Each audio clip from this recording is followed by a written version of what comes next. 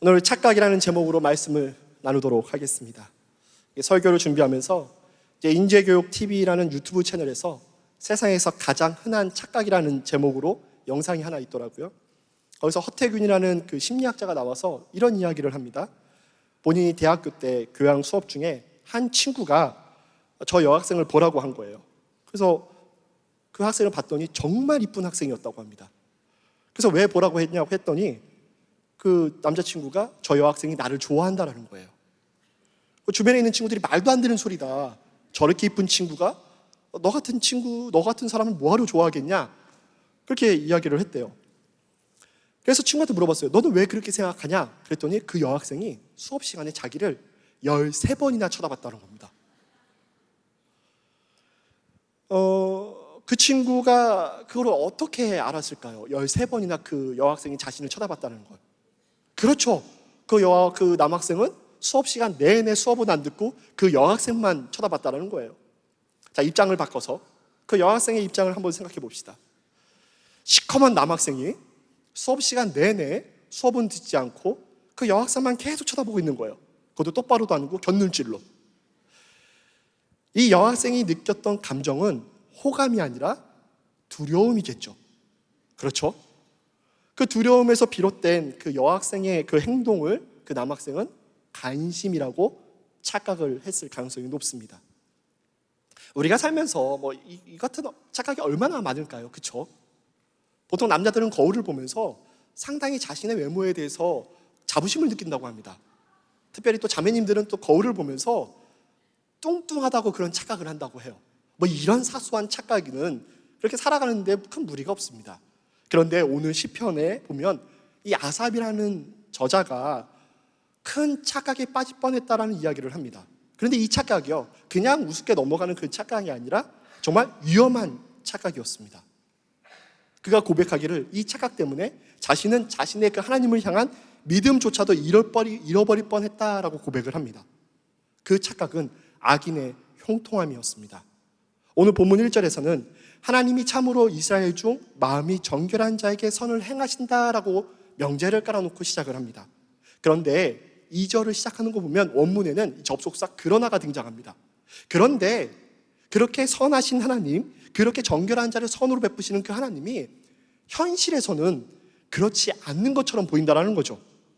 그 결과 자신의 믿음뿐만 아니라 그 하나님까지도 잃어버릴 뻔했다라는 고백을 이어져 고백을 합니다.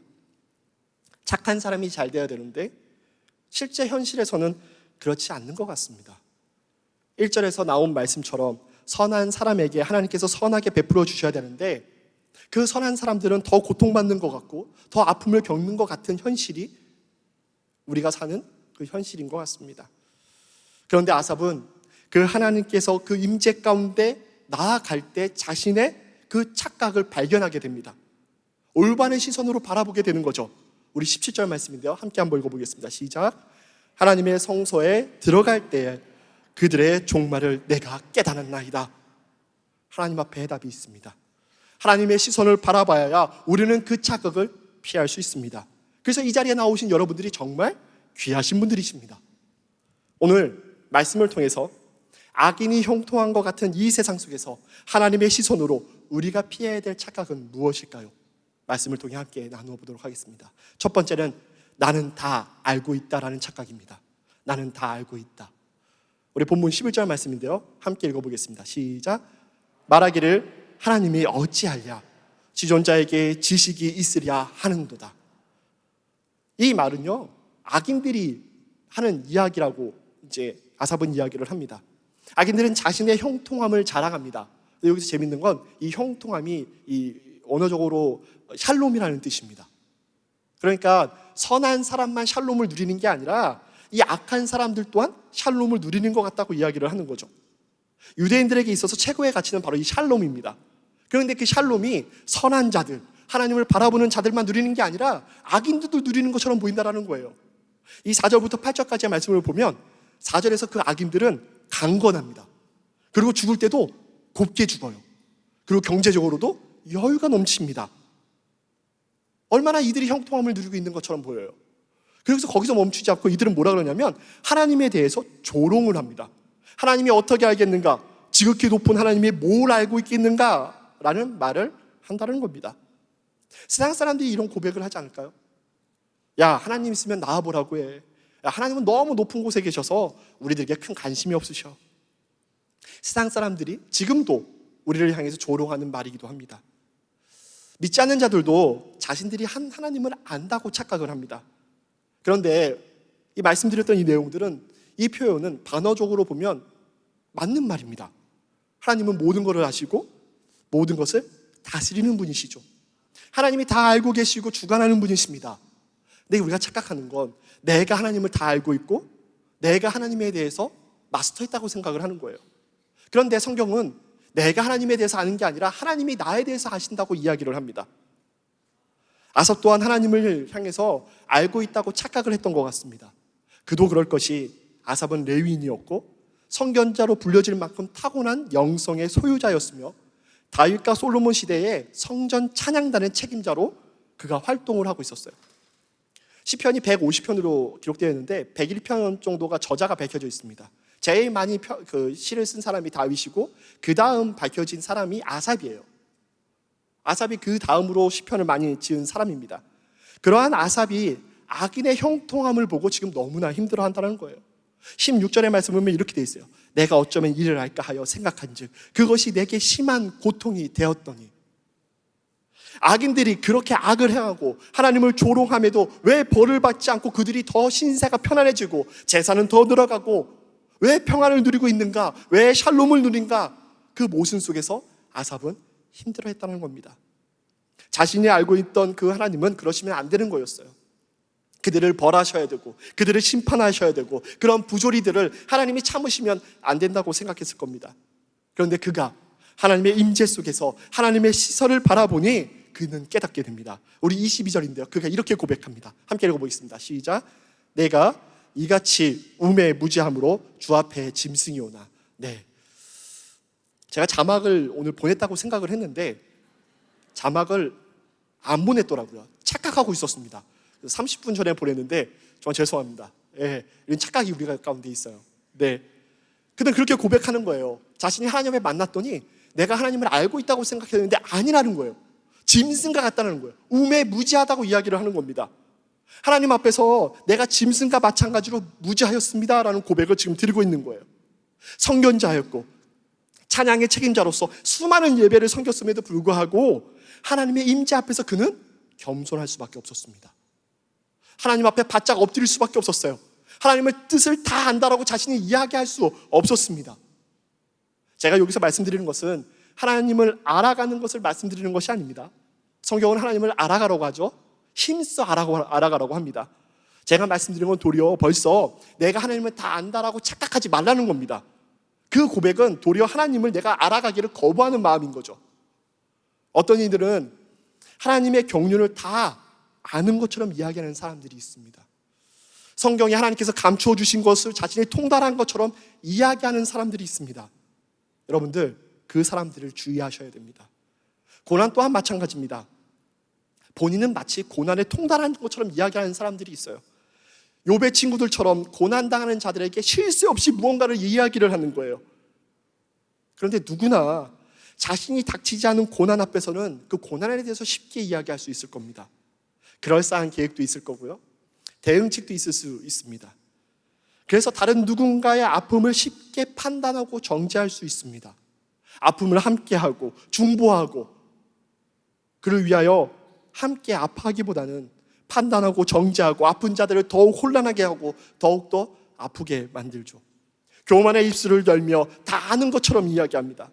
그러나 그들 또한 그 고난의 한복판에 들어서게 된다면 이것은 다른 이야기가 됩니다. 다른 누군가의 아픔이 아니라 자신이 아픔이 된다면 이것은 완전히 다른 이야기가 되죠. 알지도 못하면서 다 아는 것처럼 이야기하는 사람들이 여러분들 주의하십시오. 하나님께서 감추어 놓은 것을 그럴싸하게 포장하여 아는 것처럼 말하는 자들을 여러분 주의하셔야 됩니다. 우리는 다 알지 못합니다. 이것이 사실입니다. 하나님이 우리를 조명해 주지 않으신다면 우리는 절대로 알지 못합니다. 우리의 작은 머리로는 그분의 그 크심 섭리하심을 다 이해하지 못합니다. 그분이 감추어 두신 것은 우리는 알지 못한다고 고백을 해야 합니다. 하나님이 아니라 심지어 우리는 우리 자신조차도 잘 알지 못합니다. 몇십 년을 같이 사는 우리 배우자의 마음조차도 우리는 다 알지 못합니다. 이 가운데에 배우자의 마음을 저는 다 알고 있습니다 라고 하는 분이 계신다면 그분은 진짜 그 배우자의 마음을 하나도 모르는 거예요.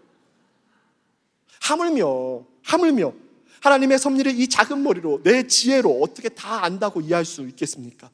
우리의 고백은 겸손히 하나님을 알기를 원한다라는 고백일 뿐입니다. 침묵 가운데 하나님을 바라볼 뿐입니다. 동방의 의인이라 불렸던 욥이 그 고난의 길을 쭉 건너온 다음에 마지막에 이렇게 고백을 합니다.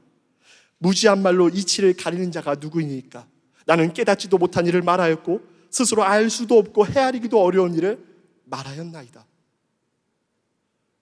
내가 말하겠사오니 주는 들으시고 내가 주께서 묻겠사오니 주여 내게 알게 하옵소서. 그렇습니다. 겸손으로 그 마음으로 나아가는 여러분 되시기를 축복합니다. 두 번째, 우리가 피해야 될 착각은 이것이 전부다입니다. 2절과 3절 말씀인데요, 우리 함께 읽어보겠습니다. 시작. 나는 거의 넘어질 뻔하였고 나의 걸음이 미끄러질 뻔하였으니 이는 내가 악인의 형통함을 보고 오만한 자를 질투하였음이로다. 아삽이 이게 믿음이 흔들렸던 이유는 이 악인의 그런 잘됨에 대해서 화도 났지만 또한 질투가 났다고 이야기하는 거예요. 아삽은 질투가 났습니다. 악인들이 잘 먹고 잘 사는 모습에 화도 났지만 그가 흔들렸던 이유는 실제적으로 그들이 부러웠어요. 그런데 이것이 우리의 솔직한 고백이지 않겠습니까? 악인들의 형통함을 보면서 하나님의 실망을 넘어서 그들이 때로는 부럽기도 합니다. 질투가 나요. 그리고 이렇게 하나님을 믿고 따라가는 것이 바보처럼 느껴지기도 합니다. 악인들이 자신들이 하고 싶은 거 다 하고 살아도 잘 먹고 잘 살고 있습니다. 다른 누군가에게 해를 끼쳐도 상처를 주어도 어떠한 마음의 가책도 느끼지 못하고 도리어 더 잘 살아가고 있는 것처럼 보여요.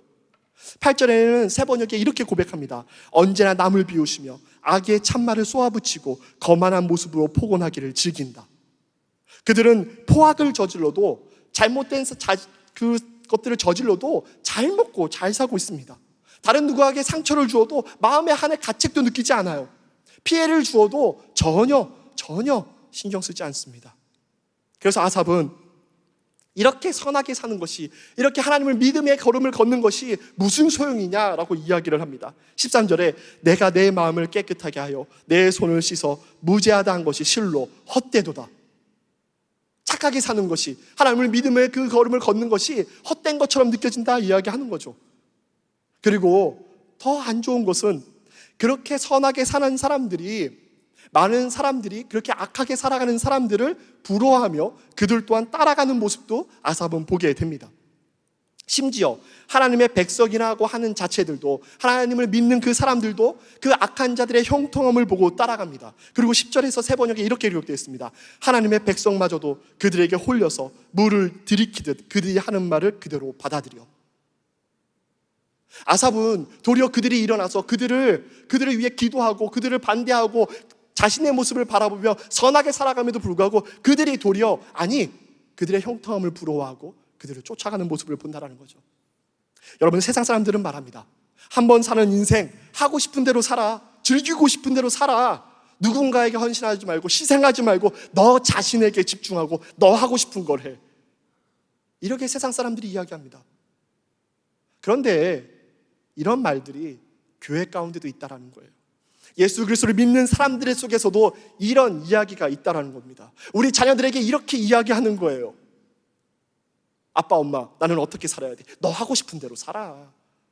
아니요, 말씀대로 살라고 이야기해야 되죠. 주 안에서 기도하고 말씀 가운데 살라고 우리가 이야기해야 되죠. 세상 가운데 세상의 가치관 속에서 우리가 그들처럼 흘러가는 모습들을 우리 가운데 있다라는 겁니다. 그런데 아삽이 하나님의 성소에서 하나님의 임재 가운데 하나님의 시선으로 바라보니 이 삶이 전부가 아니라는 것을 깨닫습니다. 이 땅이 전부가 아니라는 것을 그가 깨닫게 됩니다. 17절 말씀에 종말을 내가 깨달았다라고 고백합니다. 이 삶이, 우리가 살아가는 이 삶이 전부가 아니라는 겁니다. 강건하여 80밖에 안 되는 이 땅이, 이 삶이 끝이 아니라는 거죠. 나그네와 같이 안개와 같이 사라질 그 세상이라는 겁니다. 누가복음 12장에 보면 예수님께서 어느 부자의 비유를 하십니다. 이 부자가 밭에서 많은 수확을 해서 곡간을 헐고 더 큰 곡간으로 저장하고자 합니다. 그리고 자신에게 이렇게 얘기하는 거예요.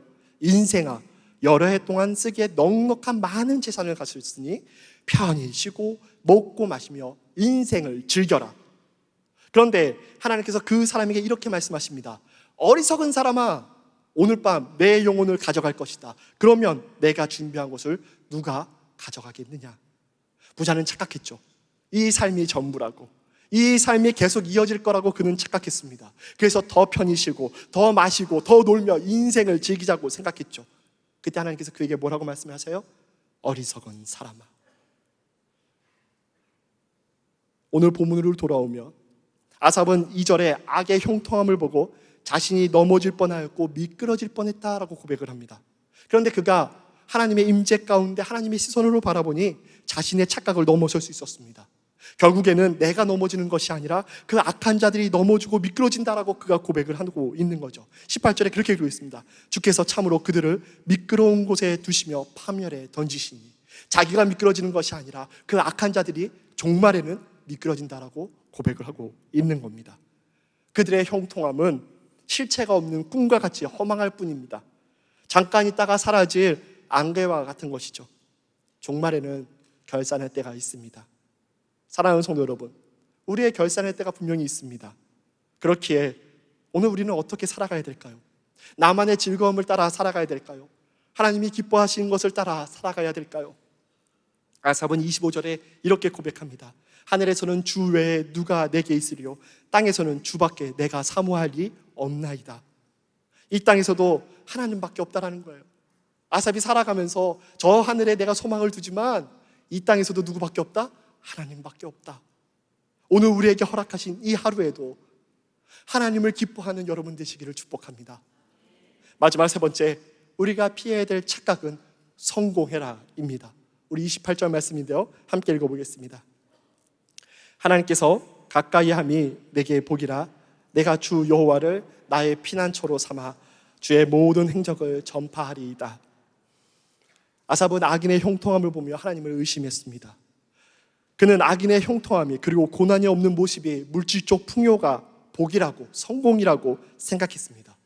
그래서 그들이 부러웠습니다. 그러나 그가 하나님의 임재 가운데 그가 가졌던 그 복의 개념이 바뀝니다. 더 이상 현세적인 복이 아니라 영원한 복을 바라보게 됩니다. 비록 지금 고난을 받아도, 아침마다 징책을 받는 것처럼 느껴질지라도 하나님이 함께 하심이 복임을 그가 깨닫습니다.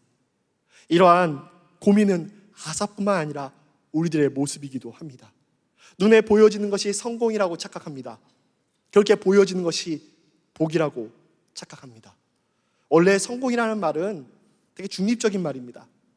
어떠한 것을 성취로서 성공은 좋은 말이기도 합니다. 하지만 성공이 늘 누군가와 비교하고 남들에게 보여지는 것만을 추구하는 것이라면 그것은 결코 좋은 것일 수 없습니다. 우리가 생각하는 성공은 이러한 측면이 너무 강합니다. 성공하기 위해 어떠한 수단과 방법을 가리지 않고 결과만을 추구합니다. 그 과정이 어떠하든지 상관없습니다. 그들이 하나님 앞에 어떠한 모습인지 아무 상관하지 않습니다. 그 과정이 도리어 하나님조차도 이용하려고 합니다. 아삽은 6절에 그러므로 교만이 그들의 먹거리고 강포가 그들의 옷이라는 표현을 하고 있습니다. 성경은 그것을 복이라고 얘기하지 않습니다. 그것이 복되다라고 말하지 않습니다. 성공이라고 절대 말하지 않습니다. 오늘 읽으신 본문에 보면 복은 비교하면서 오는 만족이 아닙니다. 어떠한 성취도 아니었습니다. 복은 하나님을 가까이 하는 것이 복입니다. 그것이 진정한 성공입니다. 시편 처음 시작하는 1편 1절 말씀에도 동일하게 기록되어 있습니다.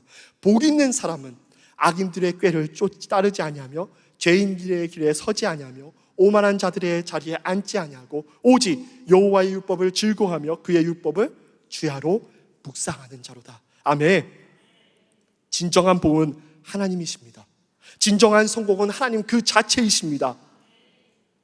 성경에 요셉이라는 인물이 등장합니다.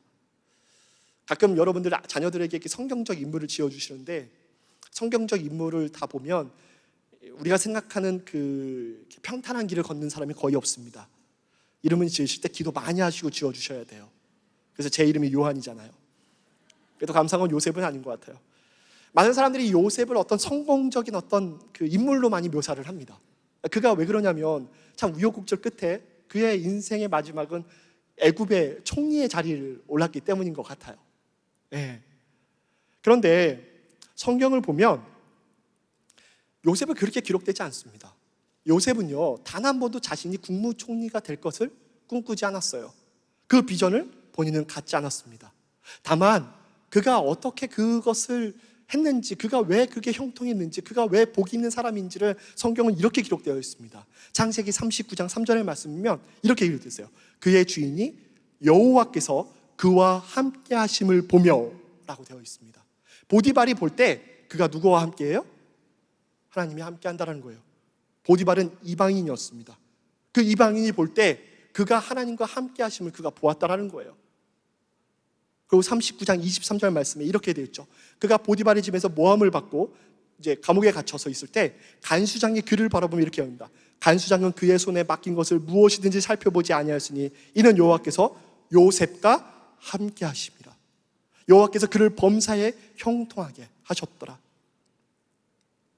진정한 복은 하나님과 함께함입니다. 진정한 성공은 하나님과 함께함입니다. 요셉은 단 한 번도 총리가 될 생각을 한 적이 없습니다. 그런 비전을 품은 적이 없습니다. 그것이 성공이 아니었습니다. 종의 신분에서도, 제수의 신분에서도, 그리고 총리의 신분에서도 그는 하나님과 함께하기를 원했습니다. 그의 성공은 하나님과 함께하는 것이었습니다. 그의 복은 하나님과 함께하는 것이었습니다. 어떠한 결과가 아니라, 어떠한 성취가 아니라 그의 성공과 복은 하나님 그 자체였습니다. 오늘 읽은 본문도 동일하게 선포하고 있습니다. 23절과 24절 말씀입니다. 함께 읽어보겠습니다. 시작. 내가 항상 주와 함께하니 주께서 내 오른손을 붙드셨나이다. 주의 교훈으로 나를 인도하시고 후에는 영광으로 나를 영접하시. 아멘. 나의 성공은 물질을 많이 소유하고 건강하고 높은 자리가 아니라는 거죠. 우리의 성공은 하나님을 가까이 하는 것입니다. 그 하나님을 가까이 하는 진정한 성공을 누리는 귀한 성도님이 되시기를 축복합니다. 결론입니다. 우리가 살면서 여러 가지 착각을 할 수 있습니다. 그런데 가장 위험한 착각은 바로 예수를 향한 착각이라고 생각합니다. 예수님께서는 이 땅에 오셔서 선포하셨던 내용은 하나님의 나라이었습니다. 그리고 부활하셔서 40일 동안 제자들에게 보이시면서 하셨던 말씀도 하나님의 나라의 일이었습니다. 그런데 제자들은 예수님을 알지 못했습니다. 예수님의 목적에 대해서 착각했습니다. 그래서 예수님 앞에서 누가 크냐고 싸우기도 했고, 하나님의 나라의 일을 말씀하시는 그 예수님 앞에서 이스라엘 나라의 회복이 언제냐고 물어봤습니다. 그런 무지했던 제자들이 예수님께서 약속하셨던 성령의 임재 이후에 완전한 다른 사람으로 변하게 됩니다. 어린 요종 앞에서도 예수님을 모른다고 부인했던 제자는 유대인의 지도자들과 장로들 그리고 율법학자들에 모여있는 가운데 예수님을 담대하게 선포합니다. 자신의 생명의 위협 가운데 예수님을 모른다고 떠나갔던 제자들은 자신의 생명을 바치며 예수님을 선포하기 시작합니다. 성령님의 임재 가운데 예수님을 착각했던 것을 뛰어넘어 예수님이 어떠한 분인지는 그들은 깨달았습니다. 그리고 이 땅에서 자신을 위한 삶이 아니라 하나님의 나라를 바라보며 자신의 삶을 바쳤습니다. 아삽은 자신의 착각에 그 시선을 하나님의 임재 가운데 답을 찾았습니다. 성소에서 답이 되어주시는 그 하나님을 만났습니다. 그렇기에 오늘 이 기도의 자리에 나오신 여러분들이 너무나 귀하신 분들이십니다. 우리의 삶의 답은 예수님께 있습니다. 성령의 통치하심이 우리가 착각을 벗어나는 최고의 방법입니다. 우리의 고난과 고통의 그 답은 예수님께 있습니다. 그분이 우리의 삶의 답이 되어 주시는 분이십니다. 그 예수님만이 우리의 길과 진리요 생명이 되어 주시는 분이십니다. 우리 이 시간 찬양으로 주 앞에 나아가기를 간절히 소망합니다.